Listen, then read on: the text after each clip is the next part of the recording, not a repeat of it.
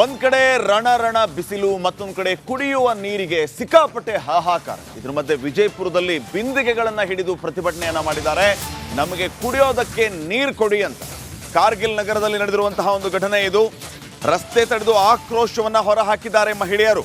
ಕಳೆದ 15 ದಿನಗಳಿಂದ, ಒಂದು ದಿನ ಅಲ್ಲ, 2 ದಿನ ಅಲ್ಲ, 15 ದಿನಗಳಿಂದ ನೀರು ಬಂದಿಲ್ಲ. ಸಂಬಂಧಪಟ್ಟವರು ಈ ಬಗ್ಗೆ ತಲೆ ಕೆಡಿಸ್ಕೊಳ್ತಾ ಇಲ್ಲ ಅಂತ ಹೇಳಿ ಮಹಿಳೆಯರು ಆಕ್ರೋಶವನ್ನ ಹೊರಹಾಕಿದ್ದಾರೆ.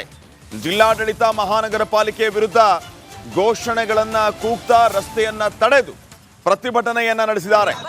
ಖಾಲಿ ಬಿಂದಿಗೆ ಹಿಡಿದು ಮಹಿಳೆಯರು ಪ್ರತಿಭಟನೆಯನ್ನ ಮಾಡ್ತಾ ಇರೋ ದೃಶ್ಯಗಳನ್ನ ರಿಪಬ್ಲಿಕ್ ಕನ್ನಡ ಸ್ಕ್ರೀನ್ ಮೇಲೆ ತಾವು ಗಮನಿಸ್ತಾ ಇದ್ದೀರಿ. ರಸ್ತೆಯನ್ನ ತಡೆದು ಇವರು ಆಕ್ರೋಶವನ್ನ ಹೊರಹಾಕ್ತಾ ಇರೋದು. ಕಳೆದ 15 ದಿನಗಳಿಂದ ನೀರು ಬಂದಿಲ್ಲ.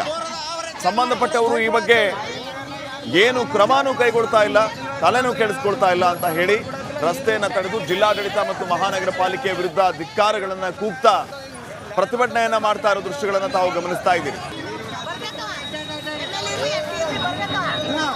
ವಾರ್ಡ್ ಮೆಂಬರ್ ಮನೆ ಚಪ್ಪಲ್ ಬಂದ್ ಹೇಳ್ತಾರ. ಏನ್ ಮಾಡೋದು ತಗೊಂಡು ಎಲೆಕ್ಷನ್ ಇದೆ ಬರ್ತಾರ.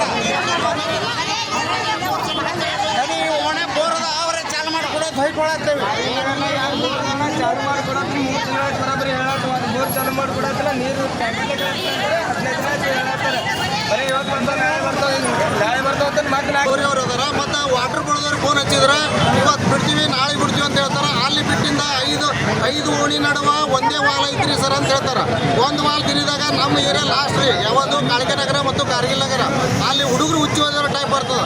ಯಾಕೆ ಕೇಳಿದ್ರೆ ಇಂಜಿನಿಯರ್ ಸಾಹೇಬರು ಲೂಸ್ ಬಿಡಬೇಡ್ರಿ, ಅತಿ ಸಣ್ಣ ಬಿಡು ಅಂತ ಹೇಳ್ತಾರೆ ಅವರು.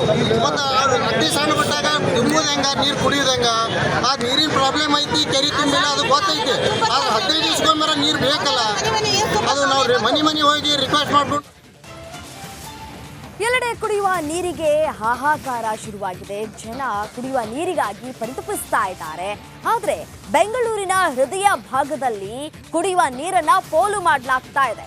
ಸಂಬಂಧಪಟ್ಟಂತಹ ಇಲಾಖೆಯ ಅಧಿಕಾರಿಗಳು ಕಂಡು ಕೇಳದಂತೆ ಕಣ್ಮುಚ್ಚಿಕೊಂಡು ಕುಳಿತಿದ್ದಾರೆ. ಆ ಕುರಿತು ಒಂದು ರಿಪೋರ್ಟ್ ಇದೆ, ಬನ್ನಿ ನೋಡ್ತಾ ಹೋಗೋಣ.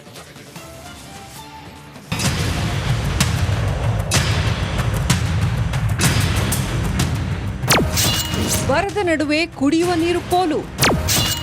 ಬಿಡಿಎ ಅಧಿಕಾರಿಗಳ ನಿರ್ಲಕ್ಷ್ಯಕ್ಕೆ ನೀರು ವ್ಯರ್ಥ.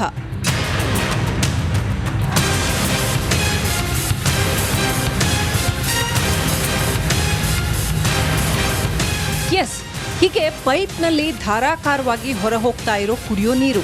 ಇನ್ನೊಂದು ಕಡೆ ಅಧಿಕಾರಿಗಳ ವಿರುದ್ಧ ಆಕ್ರೋಶ ವ್ಯಕ್ತಪಡಿಸ್ತಾ ಇರೋ ಸ್ಥಳೀಯರು. ಈ ಎಲ್ಲಾ ದೃಶ್ಯ ಕಂಡು ಬಂದಿದ್ದು ಬೊಮ್ಮನಹಳ್ಳಿ ವಿಧಾನಸಭಾ ಕ್ಷೇತ್ರದ HSR ಬಡಾವಣೆಯ ಬಿಡಿಎ ಕಾಂಪ್ಲೆಕ್ಸ್ನಲ್ಲಿ.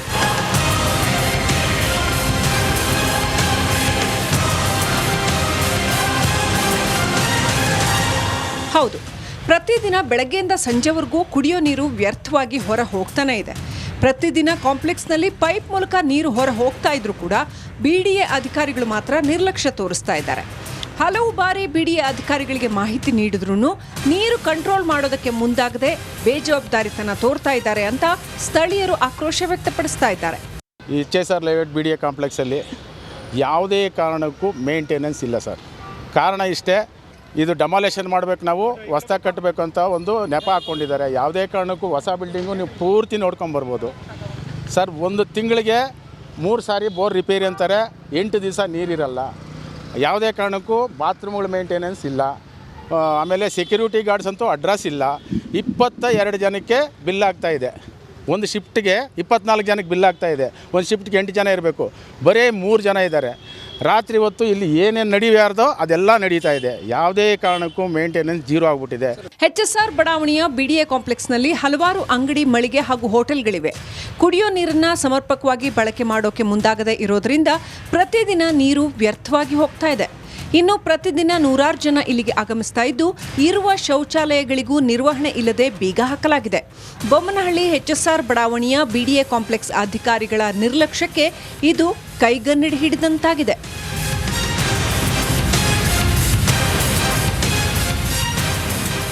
ಒಟ್ಟಿನಲ್ಲಿ ಬೆಂಗಳೂರಿನಲ್ಲಿ ಕುಡಿಯೋ ನೀರಿಗೆ ಹಾಹಾಕಾರ ಇದ್ರೂ ಸಹ ಇನ್ನೊಂದೆಡೆ ಪೋಲಾಗ್ತಾ ಇರೋ ನೀರನ್ನ ಕಂಟ್ರೋಲ್ ಮಾಡದೆ ನಿರ್ಲಕ್ಷ್ಯ ತೋರ್ತಾ ಇರೋ ಅಧಿಕಾರಿಗಳ ಮೊಂಡುತನಕ್ಕೆ ಬಿಸಿ ಮುಟ್ಟಿಸಬೇಕಿದೆ.